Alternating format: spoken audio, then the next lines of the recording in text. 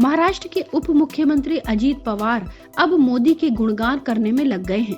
अजीत पवार ने मोदी को विकास पुरुष बताया है।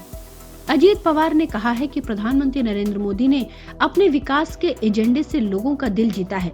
अजीत पवार ने कहा कि प्रधानमंत्री मोदी जब सत्ता में आए तो अपने विकास के एजेंडे के जरिए उन्होंने लोगों का दिल जीत लिया है। लोग उन्हीं को अवसर देते हैं जो विकास की बात करते हैं।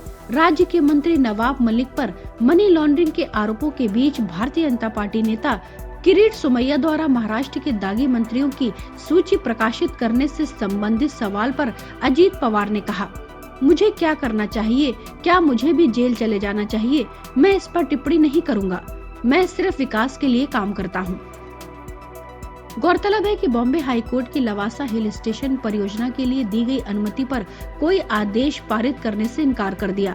हालांकि हाईकोर्ट ने कहा है कि सरकारी तंत्र पर राष्ट्रवादी कांग्रेस पार्टी के प्रमुख शरद यादव और उनकी बेटी सुप्रिया सुले के प्रभाव और दबदबे के कारण इस हिल स्टेशन का विकास हुआ है। अदालत ने अपने आदेश में लवासा हिल स्टेशन परियोजना को शरद पवार के दिमाग की उपज बताया है। हाईकोर्ट ने परियोजना पर सवाल उठाते हुए सवालों को योग्य बताते हुए कहा कि लवासा सिटी को लेकर राष्ट्रवादी कांग्रेस के अध्यक्ष शरद पवार और सांसद सुप्रिया सुले की रुचि स्पष्ट रूप से दिखाई दे रही है।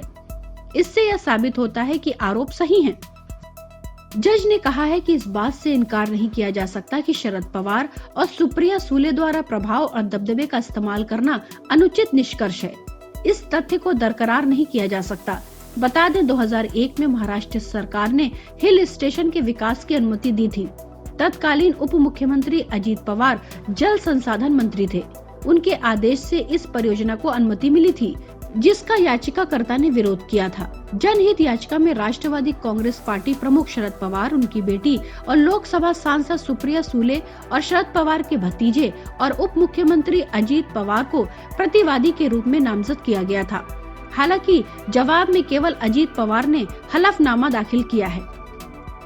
इस याचिका में आगे कहा गया है कि तमाम विरोधों और चुनौतियों को दरकिनार करते हुए शरद पवार और उनके परिवार ने मिलकर अपने करीबी उद्योगपतियों को यह प्रोजेक्ट दिलवाया। प्रोजेक्ट को बचाने के लिए साल 2005 के कानून में फेरबदल भी किया गया।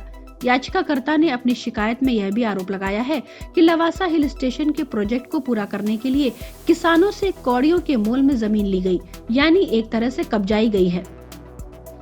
हिल स्टेशन लवासा प्रोजेक्ट पर पर्यावरण मंत्रालय ने पर्यावरण प्रभाव मूल्यांकन की अधिसूचना का उल्लंघन करने का भी आरोप लगाया था। वहीं प्रोजेक्ट पर जारी CAG की रिपोर्ट ने खुलासा किया है कि लवासा प्रोजेक्ट में नियमों का पालन नहीं हुआ है। लवासा प्रोजेक्ट के तहत निजी कंपनियों को फायदा पहुंचाने की कोशिश की गई।